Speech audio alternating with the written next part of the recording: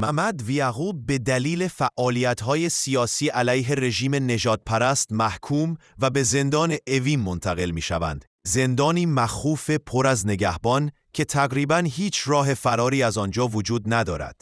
روز اول محمد غذا خودش رو میگیره و برای اینکه راهی برای فرار پیدا کنه با یکی از کسانی که بیشترین مدت رو تو زندان گذرانده صحبت میکنه.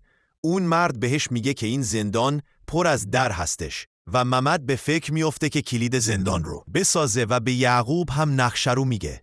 روز بعد محمد با دقت کلیدی که نگهبان همراهش هست رو نگاه میکنه تا بتونه تو حافظه بسپاره و به سلول میره تا کلید رو روی کاغذ طراحی کنه. به کارگاه نجاری که در زندان هست میره تا کلید بسازه.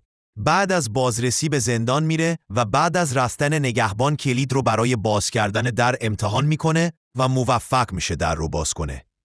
اما